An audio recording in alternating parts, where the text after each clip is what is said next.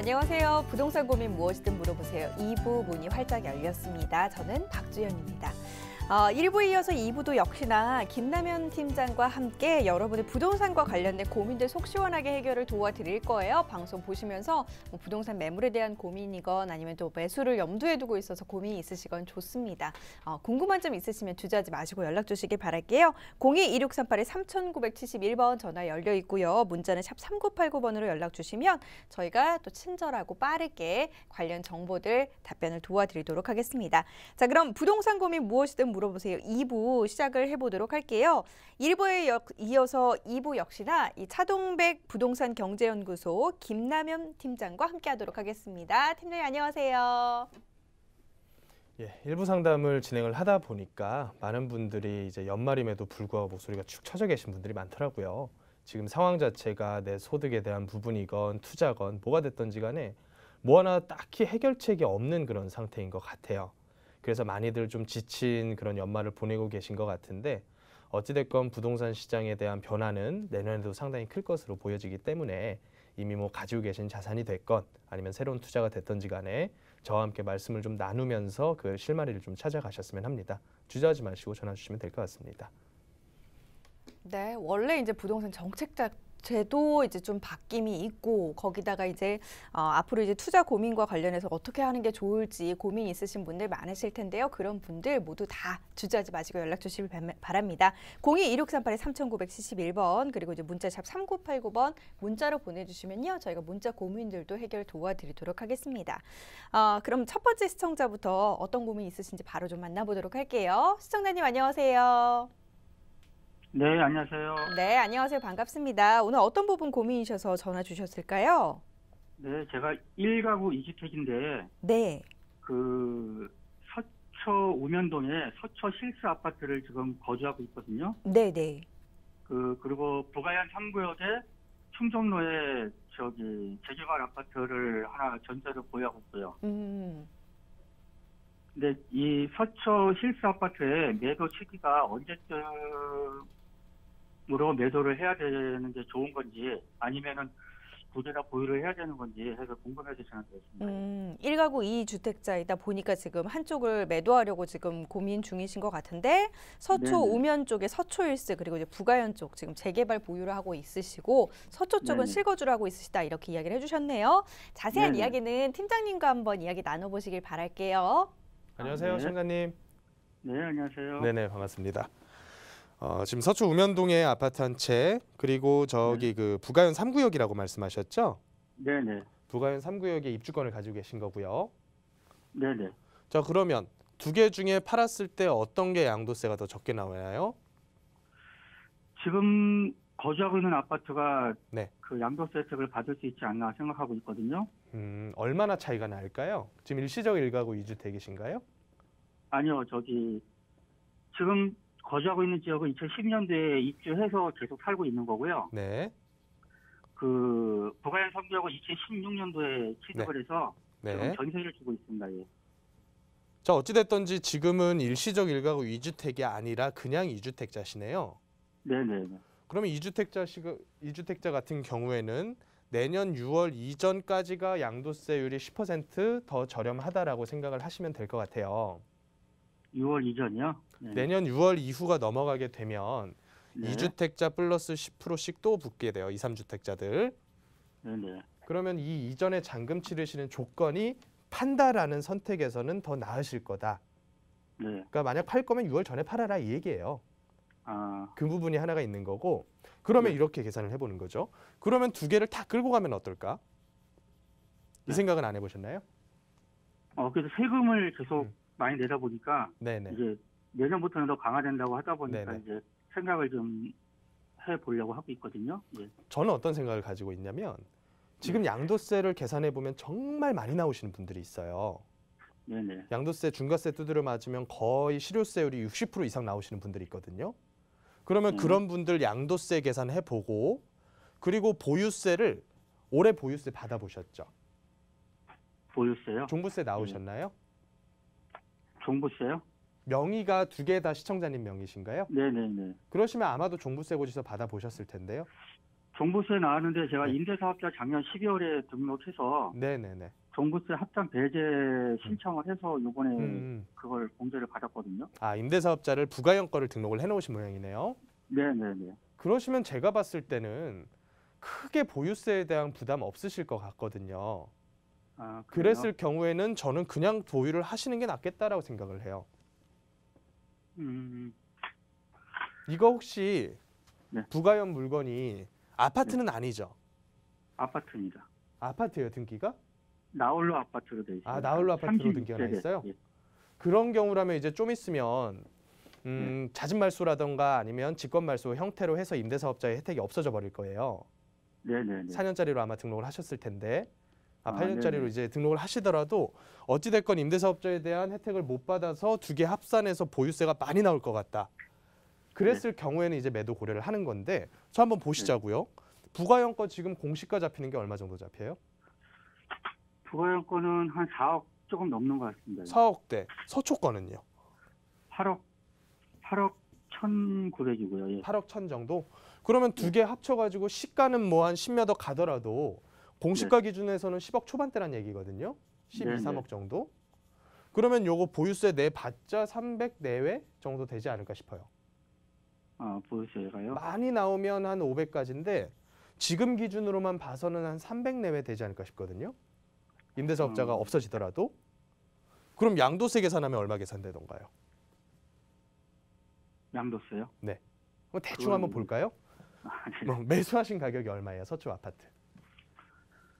서초 아파트는 분양받아서 들어갔으니까 한 네. 3억 8, 9천 됐던 걸로 알고 있어요. 분양가가 3억 8, 9천. 네네. 그리고 지금 팔면 얼마 정도 간다 그래요? 한 15억 정도 보고 있습니다. 15억 정도.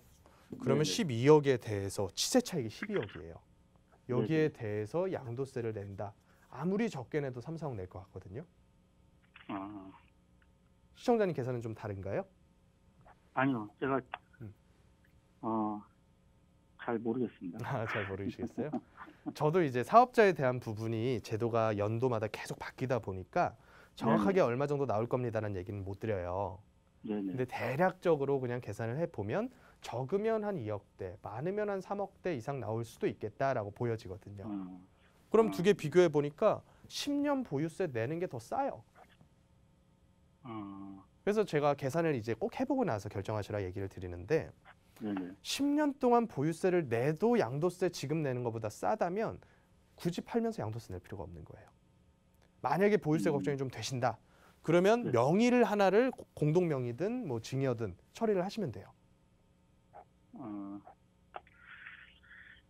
물론 이제 가격에 대한 부분은 그래요. 제가 이런 얘기를 드릴 때 10년 동안 보유하는 걸 계산하는 이유는 뭐냐면 지금 안 팔면 10년 동안 안 판다라고 가정하고 끌고 가는 거예요. 떨어지더라도. 그럼 10년 있으면 다시 올라갈 거거든요. 그래서 저는 그거를 서초동 거를 네.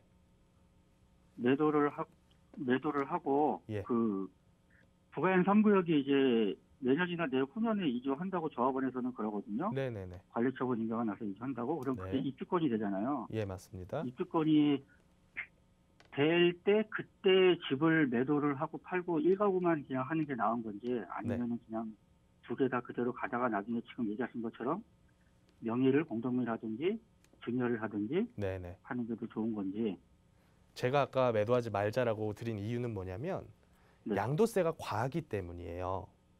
그러니까 네. 시청자님께서 하신 선택이 어떻게 보면 지금 경기 사이클과는 그게 더 맞는 선택은 맞아요. 근데 양도세를 철저하게 한번 계산을 별도로 꼭 해보세요. 그거 계산해 본 다음에 양도세가 좀 많은데 싶으면 그냥 끌고 가시는 선택을 하시는 거고 양도세가 과하지 않고 그냥 뭐 몇백 몇천 나온다. 그러면 그거는 정리를 하면 되는 문제 같아요. 그래서 이거는 제가 이 자리에서 다 이제 계산을 해드릴 수가 없기 때문에 시청자님이 서초 물건을 파셨을 경우에 양도세를 계산해 보고 나서 결정하시면 될 것 같아요. 네네네. 여기까지만 좀 정리를 하겠습니다. 그래서 계산을 해봐야 되겠습니다. 네네네. 고맙습니다. 네, 감사합니다. 네. 감사합니다. 네, 세금 관련한 문제 때문에 그런 부분들 좀 짚어드렸고요. 또 추가적으로 혹시나 궁금한 점 생기시다면 다시 한번 이 번호로 연락 주시면 더욱더 자세하게 이야기 나누는 시간 마련을 해보도록 하겠습니다. 자, 이어서 다음 전화도 받아보도록 할게요. 시청자님 안녕하세요. 네, 안녕하세요. 네, 안녕하세요. 오늘 어떤 고민으로 저에게 연락 주셨을까요? 네, 용인에 아파트 두 채를 가지고 있는데요. 네. 네, 한 채는 신갈 도연마을 현대 아이파크에서 지금 20년째 실거주를 하고 있고요. 네. 나머지 한 채는 구갈 동부 아파트 24평을 가지고 있어요. 네.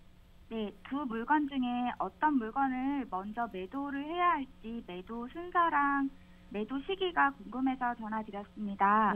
한쪽은 일단 실거주 중이시고 이제 같은 기흥에서도 다른 곳은 지금 24평형 동부 가지고 있다. 근데 어디를 먼저 해야 될지 모르겠다. 이런 고민인데 자세한 이야기는 팀장님과 좀 나눠보시길 바랄게요. 네, 안녕하세요, 시청자님. 네, 안녕하세요. 네, 반갑습니다. 반갑습니다. 네, 동부가 재건축 지금 추진하고 있어요? 네, 지금 추진하고 있다고 하는데 네. 그렇게 막 획기적으로 뭔가 네. 추진이 확확 이루어지는 건 아닌 것 같아요. 그렇죠. 요새 분위기가 다 그런 것 같지 않으세요? 네, 약간 좀 네. 그런 것 같습니다. 재건축들이 다 그래요, 지금. 서울도 포함을 해서요. 왜냐하면 하지 말래요, 재건축을. 네. 하지 말란 거나 마찬가지예요, 사실은. 네. 해서 나오는 돈 뺏어가겠다는데 할 사람이 누가 있겠습니까? 네네. 그러다 보니까 서울뿐만 아니라 경기도 일대까지도 재건축 네. 추진하던 단지들이 일단 좀 지켜보자. 상황이 어떻게 갈지. 특히 서울 같은 경우에는 이제 서울시장 보궐선거 앞두고 있잖아요. 네. 그렇다 보니까 좀 정권 바뀌면 좀 낫지 않을까 이런 생각을 하고 있는 것 같아요. 근데 지금 상황 자체가 재건축을 해서 분양해서 준공까지 떨어지기에는 시간이 조금 촉박하지 않나 생각이 좀 들어요. 그래서 이런 부분들은 이제 재건축에 대한 단기간 동안에 조금 걸림돌이 될 것이다. 이렇게 보면 될 것 같고 어차피 두 개가 권역이 다르다고 보이지는 않거든요. 네. 시청자님도 여기 오래 사셨다 그러셨잖아요. 네, 맞아요. 그러다 보니까 여태까지 가격 흐름들을 쭉 보시면 기흥 일대나 신갈 일대나 구갈 일대나 다 비슷비슷하게 흘러가죠. 네. 가격 추세 자체가. 그러면 어떻게 보면 시청자님은 비슷한 물건을 두 개를 보유를 하고 계신 분인 거예요. 네. 그러면 이 선택에 있어서 자, 첫 번째로는 보유와 매도 중에 하나를 선택을 해야 될 거고 만약에 매도로 결정이 나면 두 개 중에 뭘 팔아야 될까요가 될 거예요. 네, 맞아요. 네. 그러면 보유에 대한 부분이 겁나는 이유는 뭘까요? 이거를 매도를 하고 네. 구성역에 플랫폼 시티가 들어온다고 네네네. 하는데 그쪽 지역으로 갈아타기를 하면 조금 더 상급지로 옮겨갈 수 있는지 그런 것들이 이제 추가적으로 궁금한 내용들이거든요. 사실은요. 그 구성역 일대 뭐 플랫폼 시티 들어온다라고 하는 계획이 발표된 지가 좀 됐잖아요. 네. 만약에 들어왔어요. 거기가 이제 반도체 클러스터로 만들겠다라는 계획이잖아요. 네. 근데 들어왔다라고 했을 때 그러면 여기만 올라갈 거냐? 어차피 같은 라인이거든요. 신갈이건 뭐 기흥이건 구성이건 다 똑같은 라인이거든요. 네. 그러면 얘를 보유를 해도 플랫폼 시티의 효과는 볼 수가 있다는 얘기예요. 근데 그것만 보고서 판단할 게 아니라 어차피 용인 사시는 분들은 딱 플랫폼 시티만 봐요. 근데 되게 웃긴 게 각 지역마다 이런 호재는 다 있어요. 이걸 안 만들면 그 시군구는 도시계획을 제대로 못 짠 거예요. 왜냐하면 어떤 한 지역만 소외되게 도시계획을 짜잖아요. 그러면 그거는 얘네들만 편애를 했다는 거예요. 형평성이 안 맞다는 거예요. 그러면 누가 도시계획을 그렇게 짤 수가 있겠어요? 불가능한 거거든요. 그래서 저한테 이제 세미나를 오시는 분들이나 상담 오시는 분들이 전국 각지에서 오시거든요. 본인 동네 호재는 줄줄 깨고 있어요. 전국에 호재 없는 동네가 없는 거예요. 그런 상황이에요. 예를 들어서 GTX만 하더라도 ABC 노선에 뭐 D노선 신설된다고 하잖아요. 그거 통과하는 노선의 전철 역사 생기는 데부터 반경 한 5km는 전부 다 그게 다 자기 호재래요. 그러면서 경기도에 호재 아닌 데가 어디 있어요? 그렇죠. 그런 거거든요. 그러다 보니까 얘네들이 평행 이동하듯이 다 같이 올라갔다 내려갔다 하고 있는 거예요.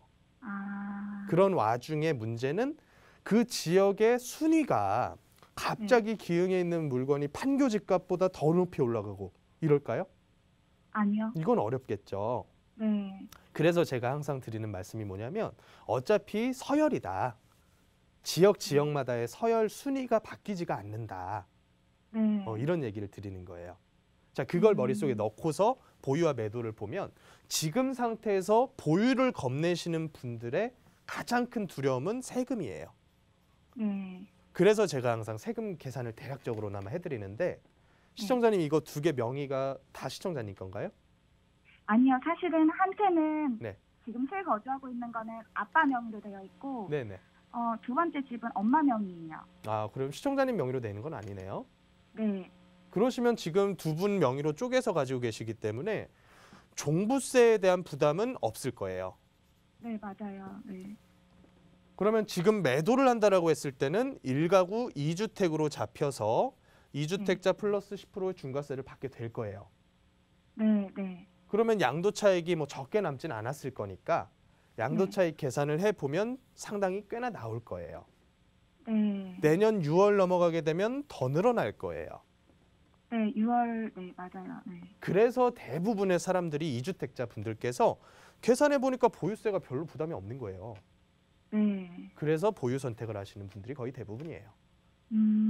저는 이거 나쁘지 않은 선택이라고 보거든요. 그럼 2채 다 보유하고 있을까요?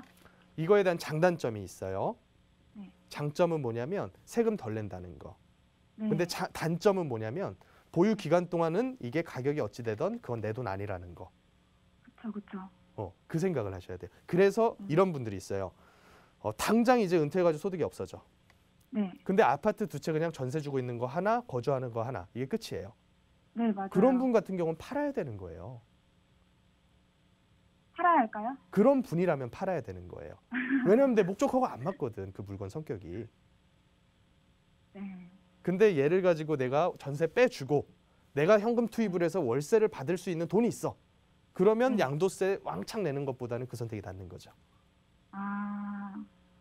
그러니까 이게 경우의 수가 다양해요.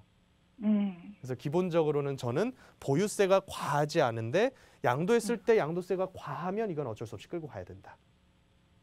네, 이해했습니다. 네, 이런 정도로 한번 계산을 해보시고 너무 호재라는 거 하나에 목맬 필요는 없어요. 구성역 네. 플랫폼시티 호재를 네. 너무 크게 평가해서 그쪽으로 이사를 가지 않아도 된다는 그건 절대 말씀이시죠? 반대예요, 저는. 네. 기흥역 그 플랫폼 시티 전체 예산을 제가 한번 봤어요. 네. 전체 예산이 용인시 1년 예산의 2배예요. 개발 예산이. 그러니까 이 얘기가 안 된다가 아니라 물론 여기서 이제 민간 사업으로 진행되는 부분도 있겠고 중앙 정부 지원으로 가는 부분도 있을 거예요. 근데 이게 사업 규모가 크다 보니까 기존에 예정했던 것처럼 빠르게 진행하기는 좀 어려워 보인다. 이 정도로 보시면 될 것 같아요. 모든 개발 사업이 그렇잖아요. 그러다가 또 어떤 사업들은 엎어지는 사업도 꽤나 생기는 거고요. 네. 그래서 저는 목매지 말라는 얘기를 드리고 싶은 거예요. 네, 알겠습니다. 네, 여기까지 정리하겠습니다. 네, 너무 감사합니다. 네, 고맙습니다. 네, 마지막에 밝은 목소리 들으니까 저희 또한 기분이 좋네요. 그동안 이제 고민되셨던 부분 좀 해결이 되신 것 같고요. 저희가 이제 도움드린 부분은 일단은 보유하시는 게 가장 좋고 또 경우에 따라서 어떻게 하면 좋을지 그에 맞는 판단하실 수 있도록 여러 가지 경우의 수를 함께 좀 짚어드렸습니다. 이어서 다음 전화도 받아보도록 할게요. 시청자님 안녕하세요. 네, 안녕하세요. 네, 안녕하세요. 반갑습니다. 오늘 어떤 부분 고민이셔서 전화 주셨을까요? 예, 제가 빌라를 투자용으로 빌라를 갖고 있는데 네. 지금 하나는 자동 말소가 됐고 네. 하나는 내년 2월에 자동 말소가 또 돼요. 네. 그래서 이거를 10년짜리로 해서 가져갈 건지 아니면은 이거를 처분을 해야 될 건지 궁금해서요. 지금 그러면 보유하신 곳이나 아니면 자동 말소된 곳, 혹시 지역이라던가 좀 이야기 좀 자세히 해주실 수 있을까요? 예, 역삼동이 자동 말소가 됐고요. 네. 그다음에 대치동 거는 2월 달에 자동 말소가 될 예정이에요. 역삼동과 대치동 일단 좀 지금 다세대 주택 이야기를 해주셨는데 팀장님과 자세한 이야기 나눠보시길 바랄게요. 네. 안녕하세요, 시청자님. 네, 안녕하세요. 네. 역삼동과 대치동이라고 하면 범위가 상당히 넓어요. 네. 그래서 제가 뭐 자세한 상담을 위해서는 집원도 여쭤보고 위치도 보고 해야 되는데 네네. 시청자님이 그 정보를 얘기 안 해주시면 저는 그냥 아. 대략적으로만 설명을 드릴 거고요. 네. 역삼동 777-12. 역삼동 777-12 오랫동안 보유를 하셨나요? 15년에 신축 거를 사서 네네. 지금 갖고 있는 거고요. 15년도에 신축 분양을 받으셨다라는 네네. 말씀이신 거죠? 네. 임대사업자를 또 그때 내신 거고요. 그렇죠. 자, 15년도에 방 2개짜리겠죠? 네네. 투룸을 분양을 얼마에 분양 받으셨어요? 그게 2억 7천이요. 2억 7천. 네. 지금은 아마 전세도 2억 7천은 훌쩍 넘을 거예요. 네, 그렇죠. 그렇죠. 이게 이제 지금 1, 2인 가구용 주택들의 현실이에요, 사실은. 네. 전세가가 정말 많이 올라가요. 특히나 서울의 주요 지역들에 있는 물건들은. 네. 그러면 이 물건 사신 분들 입장에서는 어떠냐면 2년 보유해서 전세가만 올렸는데 그거 기껏해봤자 5%거든요, 전세가 올리는 게. 네네. 근데 5%밖에 안 올렸는데도 한 2번 정도 올리니까 내 매수 금액보다 전세가가 더 비싸. 네. 그러면 이 물건의 매매가는 얼마가 되냐면 몇 천만 더 받더라도 내가 드림 금액 대비해서 수익률이 굉장히 커. 이게 바로 네. 임대사업자의 혜택이 있을 때 잘하신 투자가 된 거예요. 네.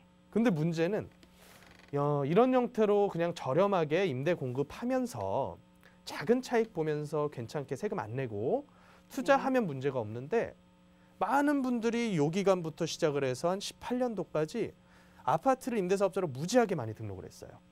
네. 그러니까 혜택이 하나씩 없어지기 시작을 하는 거죠. 네. 그래서 최근 들어서는 혜택이 많지 않아요. 네네. 그래서 시청자님도 지금 매도를 할지 아니면 사업자를 더 낼지 뭐 이런 고민을 네. 하고 계실 것 같거든요. 그렇죠. 그러면 제가 봤을 때는 물건만 봐서는 아까 뭐 네. 대치동도 비슷한 성격일 거예요. 네네. 사신 가격보다 전세가가 더 높은 네네. 그런 상태일까 아닐까 싶은데 그런 상태로 흘러갈 수 있는 물건이면 급하게 팔 필요는 없다. 아. 그렇지만 이게 세금에 대한 문제를 좀 계산을 해보자면 네. 이 두 개 이외에 시청자님이 또 가지고 있는 물건이 있나가 가장 중요해요. 네, 있죠. 어떤 걸 가지고 계세요? 지금 제가 사는 집은 따로 있고 아파트. 서울인가요? 네, 서울이요. 네네. 그리고요. 그리고 인천에 저기 저 도시형 생활주택 원룸짜리 하나 가지고 계세요? 하나 있고 네. 또 논현동 논현동 에 방 2개짜리 빌라. 투룸짜리. 얘네들은 임대사업자 안 내셨나 보네요. 걔네들도 다 냈어요. 아, 다 내셨어요? 그러면 이 전체 물건, 임대 물건에 대한 상담을 한번 받아보셔야 될 것 같아요. 네. 이게 임대사업자라고 하는 거는요. 네. 보유를 해야 될 물건이다라는 판단이 들었을 때 그러면 사업자 낼까 말까를 고민해야 되는 거거든요. 네, 네. 그렇죠. 그러면 보유를 하지 말아야 될 물건을 임대사업자 내는 거는 바보 같은 행위죠. 네. 제가 보건대 지금 가지고 계신 물건 중에 반드시 팔아야 될 물건도 있을 거예요.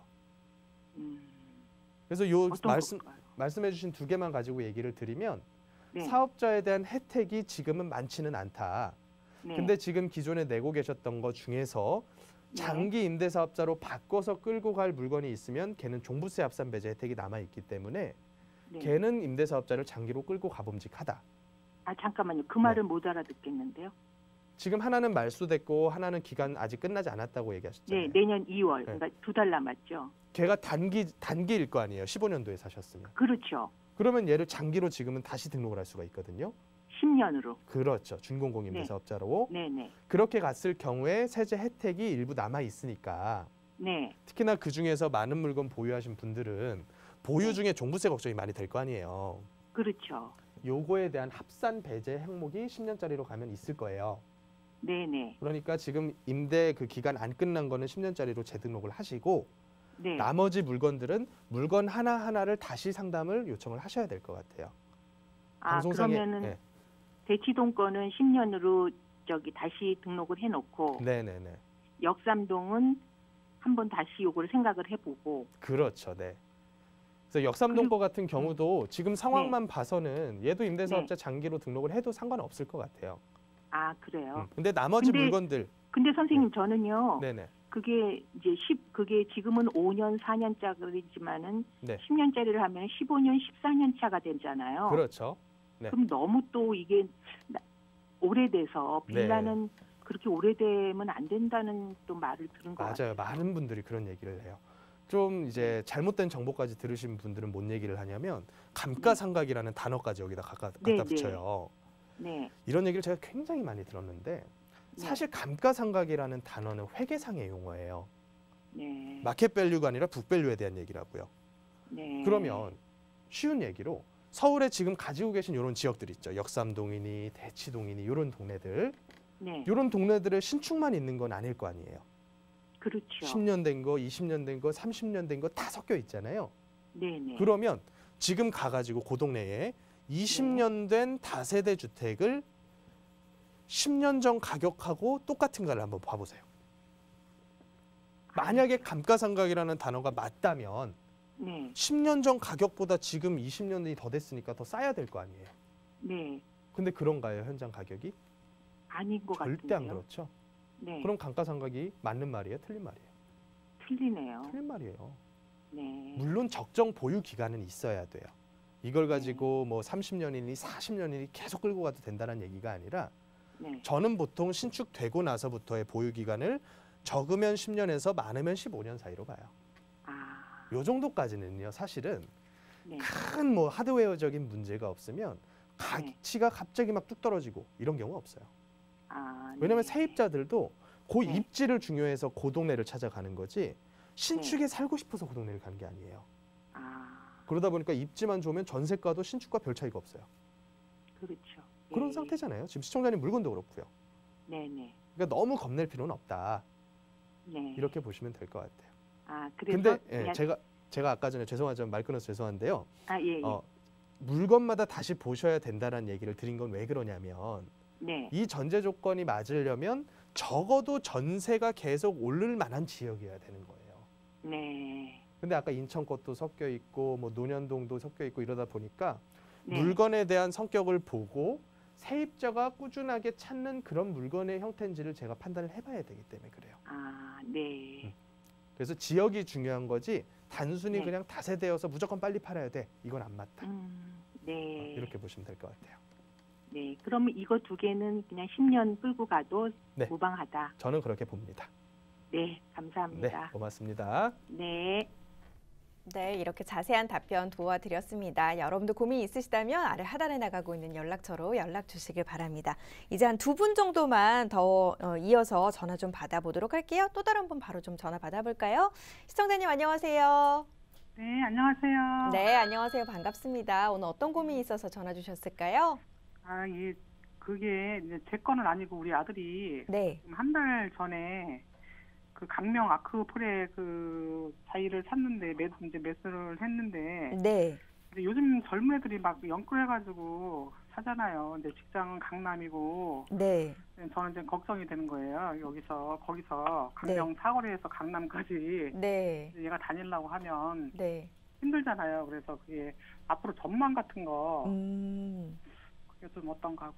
네, 일단 그러니까 매수는 하신 상황이고 앞으로 이제 네. 추가적으로 전망이 어떻게 되는지 지금 궁금하신 거죠? 네네. 예, 저는 이제 2년 이제 들어가서 네. 4월 30일부터가 입주거든요. 네, 예, 들어가서 이제 2년 살다가 뭐 조금 이제 거기가 이제 뉴타운 지역이잖아요. 네, 좀 살다가 빠져가지고 나와서 서울로 오려고 하는데 워낙 서울이 지금 이제 아파트 값이 다 비싸잖아요. 네, 네, 올 수가 있나 싶어서 한번 또 이렇게 가기 시작하면 네, 힘들잖아요. 서울을 빠져나가고 다시 돌아오려면. 네.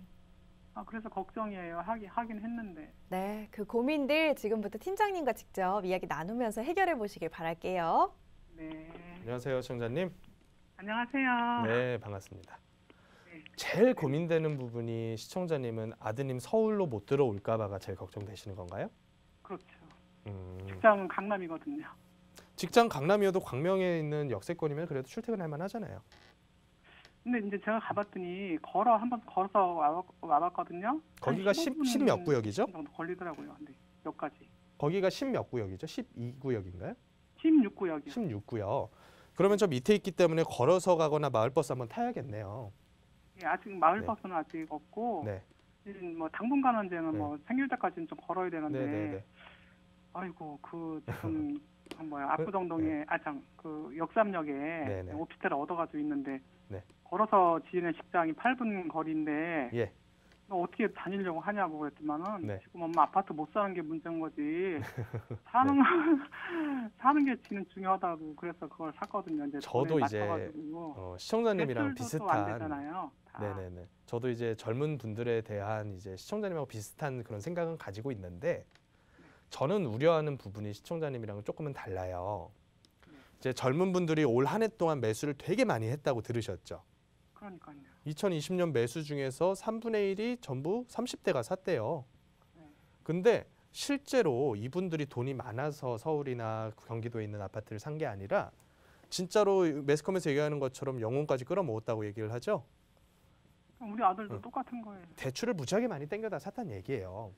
네. 근데 그리고 나서 무슨 일이 발생을 했냐면 뭐 이유는 몇 가지가 있어요. 뭐 바젤 3 체제니 아니면 금감원의 규제니 이런 얘기들 때문에 얘네들에 대한 대출이 이제는 더 이상 안 나오는 상태가 돼버렸어요. 그러니까요. 그러니까 이제 들어간 사람까지는 들어갔는데 그 다음에는 문이 닫혀버렸다는 얘기죠. 네네. 그러면 시장의 반응은 어떠냐? 이거에 대해서 너네 꼴 좋다, 너네가 막차다 이런 얘기를 하는 사람이 많은 게 아니라 나도 들어가고 싶어라고 얘기하는 사람들이 더 많다는 게 지금의 분위기예요. 근데 현실적으로는 들어가기가 이제 어려워졌다는 게 현실이고요. 그러면 가격적인 부분은 어떻게 될 거냐? 당분간은 뭐 폭락하거나 이런 걱정은 안 하셔도 돼요. 어차피 지금 매수인들이 대기를 하고 있다는 얘기이기 때문에 가격이 조금이라도 싸지면 누군가는 와가지고 덥석 잡아줄 만한 수요는 있다라는 거죠. 근데 얘를 다시 강하게 밀어붙일 만한 사람은 그리 많진 않다. 특히나 지금 시장은 다주택자로서 매력 있는 시장은 절대 아니기 때문에 아파트를 사게 됐을 경우에 그래서 이게 강하게 밀어붙이긴 힘들고 그냥 약보합 내지는 그냥 보합 정도 수준으로 그래도 한 내년까지는 흘러갈 가능성이 크다가 제가 보는 의견이에요. 근데 그 상태에서 가장 우려되는 부분은 이 대출이라고 하는 거죠. 사실 1주택 그냥 영끌해서 산 사람들은 세금 걱정은 별로 할 필요 없어요. 세금은 다주택자들에 대한 부담감을 지우는 거지 1주택자들에 대한 부담은 거의 없어요. 근데 대출에 대한 부분이 지금 어떤 분위기로 흘러가느냐가 상당히 중요한 건데 일단은 신규 대출에 대한 부분이 너무나 많이 강화가 되다 보니까 기존 대출자들에게도 압박이 일부 전가가 되고 있는 거예요.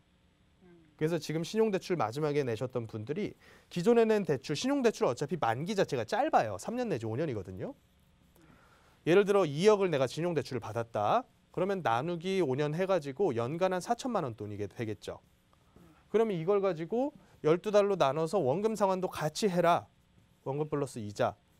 이렇게 들어가는 부분이 상당히 많아질 것이라는 거예요. 그러면 여기에 대한 부분이 상당히 많이 부담이 될 분이 많을 거예요.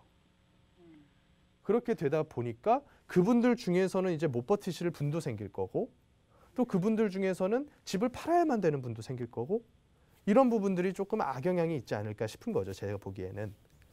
그래서 제가 걱정하는 부분은 아드님이 이 부분을 감당을 할 수 있으면 관계가 없을 거다. 어차피 단기간 동안 얘 팔고 그걸 가지고 또 서울 들어오고 이건 불가능해요.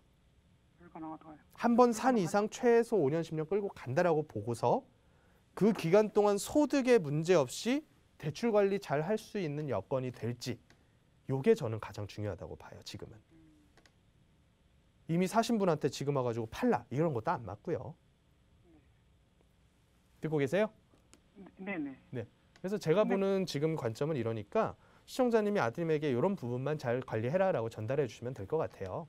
그럼 한 뭐 앞으로 5년, 10년 끌고 가야 되는 거예요?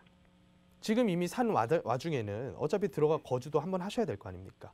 예, 이제 입주할 거예요. 4월 30일. 그렇죠. 거주하시면서 한 2년 동안은 최소 거주를 하셔야 될 거고 또 그 이후에 시장 분위기 보고서 어떻게 선택을 하셔야 될 건데 보통 한 주택 소유하신 분들 거주 기간 평균이 7년 정도가 돼요. 그래서 제가 그런 얘기를 드리는 거고 그때 상황 보고서 결정하면 될 것 같아요. 나머지 부분은. 그래서 저는 문제 안 생기게 관리 잘해라. 그쪽에 전망은 좀 어떨까요? 전망이요? 전망은 간단합니다. 서울을 둘러싸고 있는 경기도 중에서 그래도 여기 통과를 하면서 주변 여건이 살만한 동네 중에 하나다. 그 정도 수준이죠. 그거 이상 뭐 대단한 뭔가가 있는 게 아니잖아요. 그래서 얘랑 비슷한 가격 라인 가진 동네들이 많아요, 사실은. 예. 그래서 그 정도 그냥 수준이다라고 보시면 될 것 같아요. 특별히 좋아질 것도 뭐 그렇다고 해서 나빠질 것도 없고 그냥 서울하고 출퇴근 지하철 타고 할 정도는 수준은 된다. 알겠습니다. 감사합니다. 고맙습니다. 네, 어쨌든 좀 답답한 속이 풀리는 그런 답변이 되셨길 바랍니다. 전화 한 통 더 받아보도록 할게요. 시청자님 안녕하세요. 네, 안녕하세요. 네, 안녕하세요. 반갑습니다. 오늘 어떤 고민이 있어서 전화 주셨을까요? 여의도 브라이튼 59제곱미터 평형 네. 전망이 궁금해서 전화드렸습니다. 네, 여의도 쪽 지금 뭐 전망이 궁금하시다고요? 네네. 네, 알겠습니다. 자세한 이야기는 팀장님과 좀 이야기 나누시면서 상담 받아보시길 바랄게요. 네. 안녕하세요, 시청자님. 네, 안녕하십니까. 네, 반갑습니다. 네. 분양을 받으셨나요? 네. 제가 이거 한창 분양할 때 너무 비싸다라는 얘기를 되게 자주 했었거든요. 네. 무지하게 비쌌죠.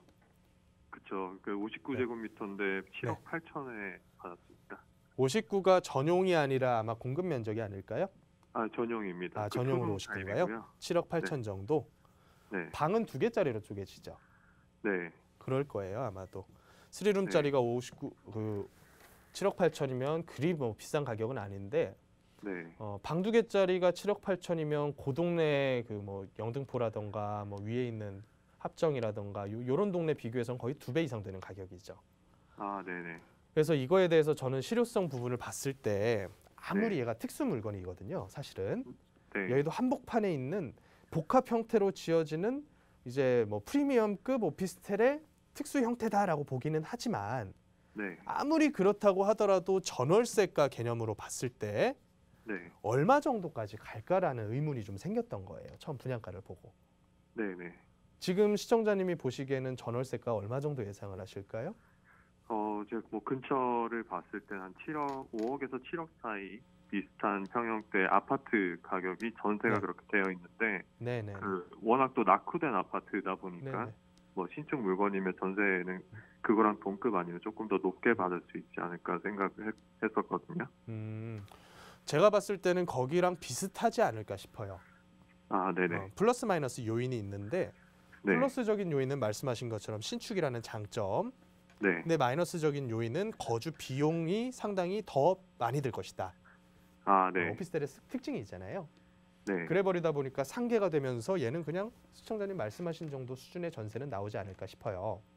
네. 근데 이제 문제는 앞으로 진행이 되면서 기간이 지나면서 얘에 대한 가격 상승 효과가 네. 전세 비슷하게 형성되듯이 주변 아파트랑 비슷하게 같이 갈 수 있냐? 네. 이 부분에 대한 건데 저는 네. 여기에 대해서는 마이너스 요인이 더 크다라고 보는 사람이에요. 플러스 네. 요인보다는. 그러니까 네. 쉽게 얘기해서 아파트 비슷한 형태로 따라가긴 할 테지만 네. 옆에 있는 재건축에 대한 이슈가 있는 아파트처럼 같이 쭉 밀고 올라가거나 혹은 뭐 네. 어느 정도 수준에서 또 조정이 되거나 이렇게 흘러가진 않을 것이다라고 보고 있어요. 네네. 그래서 전체적인 의견은 뭐냐면 네. 여기서 나올 만한 실효 이익과 또 보유 네. 기간의 그 세금이라던가 이런 비용들 대비해서 네. 실효 이익은 많이 크지는 않을 것이다라고 저는 개인적으로 봐요. 그 그렇다 그래서 사실- 뭐 대단히 뭐 네네. 나쁜 투자다 이렇게 보지는 않고요. 네. 그래서 그냥 특수 물건의 형태다라고만 보고 있습니다. 제가 이거를 문의드리게 됐던 가장 큰 동기는 예. 사실 제가 그 인덕원 삼성 아파트를 보유를 하고 있는 상태거든요. 예. 그런데 이제 이거를 계약을 하고 2023년에 이제 취득을 하게 되면 제가 이제 다주택자로 되기 때문에 네. 그랬을 때 이제 기존의 물건을 뭐 팔지 아니면 그냥 여의도 취득 후에 그냥 바로 팔아버리고 인덕원을 계속 보유를 할지 네. 이게 고민이어서 네네. 네 사실 전화를 드렸던 거주를 거거든요. 하시는 거죠 인덕원에? 네 지금 현재 거주하고 있습니다. 만약에 그럼 인덕원 거 팔면 어디 거주하시려고요? 저희가 그 내년에 그 해외로 갈 계획이 있어서 그러시구나. 네 아예 팔고 그냥 네. 갔다가 다시 한 4년 정도 있다가 돌아올 거거든요. 네. 네. 저는 그 정도 기간이라고 하면 세금 네. 혜택이 있을 때 한 채 정도는 정리를 하는 게 맞겠다라고 생각은 해요. 일단은 비과세로 비과세에 정리를. 대한 혜택이 있을 때. 자, 네네. 인덕원 삼성이라는 아파트에 대해서 봤을 때는 일단 네. 남들처럼 개발에 대한 이슈도 상당히 많은 편이고요. 네. 그러면서 이제 대형 단지면서 단점이 뭐냐면 얘는 재건축이 어려워요. 네. 재건축이 용적률 자체가 거의 400% 가까이 갈 거예요, 아마. 네네. 그러다 보니까 재건축에 대한 이슈는 아예 없다라고 보면 되고 그에 비해서 네. 연식은 이제 20년 차 넘어가는 수준이죠. 네, 맞습니다. 그런 상태에서 앞으로 시간이 더 지나게 되면 옆에 있는 뭐 신축 형태라던가 아니면 과천처럼 실제 재건축이 되는 대랑은 격차가 조금은 날 거예요. 네네. 그걸 감안하더라도 얘는 사람들이 가장 선호하는 형태의 단지형 아파트이기 때문에 뭐 가격이 늙었다 그래서 떨어진다거나 뭐 네. 그런 이유로 떨어질 만한 이슈는 별로 없을 것 같고요. 네. 근데 그거 대비해서 저기 여의도 시범 아파트 같은 경우는 제가 말씀드린 대로 올라가는 만큼 어느 정도 따라가긴 할 테지만 반드시 제한은 있을 거예요. 출발 네. 가격도 높았을 뿐더러 얘 같은 네. 경우는 딱 2인 가구 거주용이지 그거 이상의 가구용 거주는 안 돼요. 네네. 그래서 얘는 뭐 그 여의도 일대에 있는 어떤 뭐 기업체에서 얘를 임차해서 쓴다거나 이런 형태로 흘러갈 가능성이 큰 물건으로 저는 보거든요. 네네. 그래서 가격적인 효과는 얘는 좀 적을 것이다. 그러면 얘네 두 개를 비교를 해보면 딱 그거죠. 네. 세금 적게 내는 놈이 더 유리한 거다. 아, 네. 팔기에는. 그 정도로 저는 보는 거예요.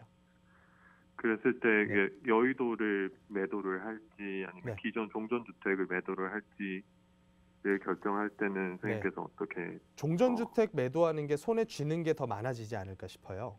네네, 맞습니다. 네. 그리고 세금도 좀 덜 내도 싶고. 네. 그래서 저는 차익을 먼저 가지고 있었던 물건에 대한 차익 보는 쪽으로 말씀을 드리고 싶어요. 아, 네. 인덕원 거 정리하고 차익 손에 쥐면서 이건 투자를 한 차례 끝낸 거거든요.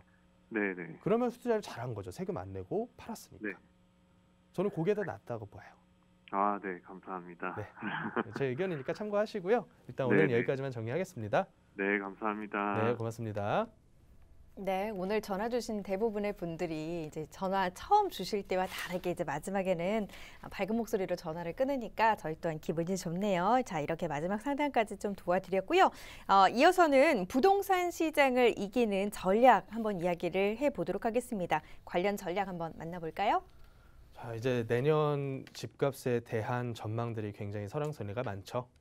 이게 부동산에서만 일어나는 일이 아니라 많은 자산 시장들에서 올해 예상했던 것을 훨씬 상회하는 가격 상승이 일어나다 보니까 누군가는 지금 경제 펀더멘털에 비해서는 너무 과한 가격이 아니냐 이런 얘기를 하는 반면에 누군가는 돈의 힘이라는 게 이런 것이다. 앞으로도 뭐 2023년까지는 인플레 고려 안 하고 계속 유동성을 푼다고 하니까 더 올라갈 것이다라고 얘기하는 사람도 상당히 많거든요. 근데 그런 주장과는 별개로 집값이 만약에 그렇다면 전반적으로 다시 특히나 아파트 위주로 상승이 다시 더 이어진다라는 가정을 한번 해보고 그거에 대한 효과를 한번 보는 게 어떨까 싶어요. 그래서 여태까지 거의 지금 뭐 다주택으로 분류되어 있는 유주택자 분들이 전체 유주택자 중에 한 30%밖에 안 되는 수준이거든요. 근데 그 정도 수준에서 대부분의 그냥 1주택을 거주하셨던 분들, 그런 분들에 대한 순효과 그리고 역효과, 그분들에 대해서 한번 봤을 때는 일단 가지고 계셨던 분들은 이렇게 올라버린 시장에서 나는 탑승을 했기 때문에 다행이다. 조금 더 올라갔으면 나는 못 살 뻔했다. 이런 안도감이 들면서 또 앞으로 내가 가지고 있는 물건에 대한 상승이 더 이어지지 않을까. 이런 기대감을 가질 수는 있을 것 같습니다. 그런데 그거에 대한 역효과로 만약에 자산 시장에 대한 탑승 안도감에 이제 가지고 있는 분들이 그 중에서도 제가 아까 상담 중에 뵀던 분처럼 마지막에 대출을 많이 껴가지고 물건을 샀다거나 아니면 소득으로 샀더라도 내가 가지고 있는 거의 대부분의 자금을 이용해서 집을 사신 분들 같은 경우에는 필연적으로 소비 지출 쓸 수 있는 돈은 상당히 적어지게 되는 것이죠. 특히 대출을 많이 끼신 분들은 내가 앞으로 연간 내야 되는 원금과 이자에 대한 상환액이 점차 커질 것으로 예상되고 있는 시장이기 때문에 앞으로 내가 두려움 때문에 더 이상 많은 소비를 하기에는 어려울 것으로 보여집니다.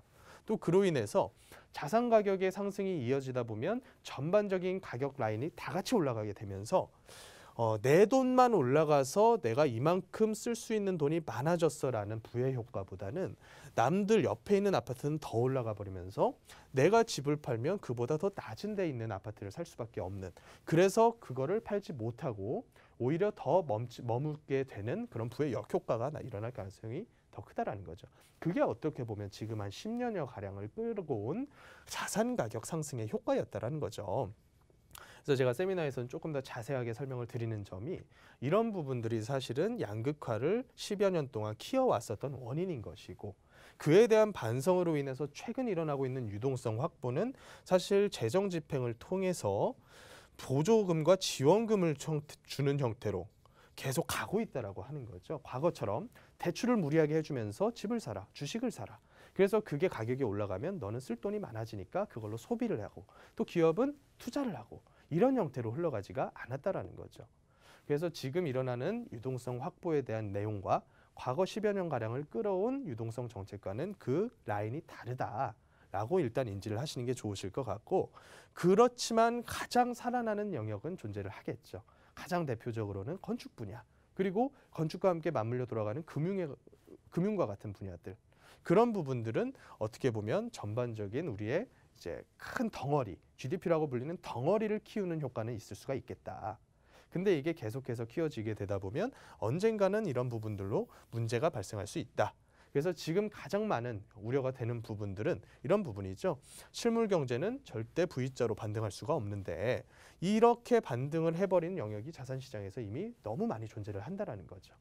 그래서 이런 부분들이 전체 펀더멘털이 약화가 되면서 특정 시장만 성장하는 부분, 그리고 그로 인해서 소비나 또 그로 인한 기업들의 투자, 고용 이런 게 이어지지 않다 보니까 1, 2인 가구들, 젊은 세대 분들은 더 이상은 결혼을 하지 않습니다. 집이 없고 앞으로 희망이 없기 때문에. 그래서 이런 부분들이 전부 다 임차 가구로 이어지면서 그냥 직장 근처에서 저렴하게 살 수 있는 형태의 주택에 들어가서 나만 행복하게 내 근로기간 동안 내가 혼자 살게 되다 보면 크게 뭐 돈에 대한 우려 없이 그냥 거주하면서 쓸 거 쓰면서 생활하면서 이런 식으로 지낼 수가 있다라고 하는 거죠.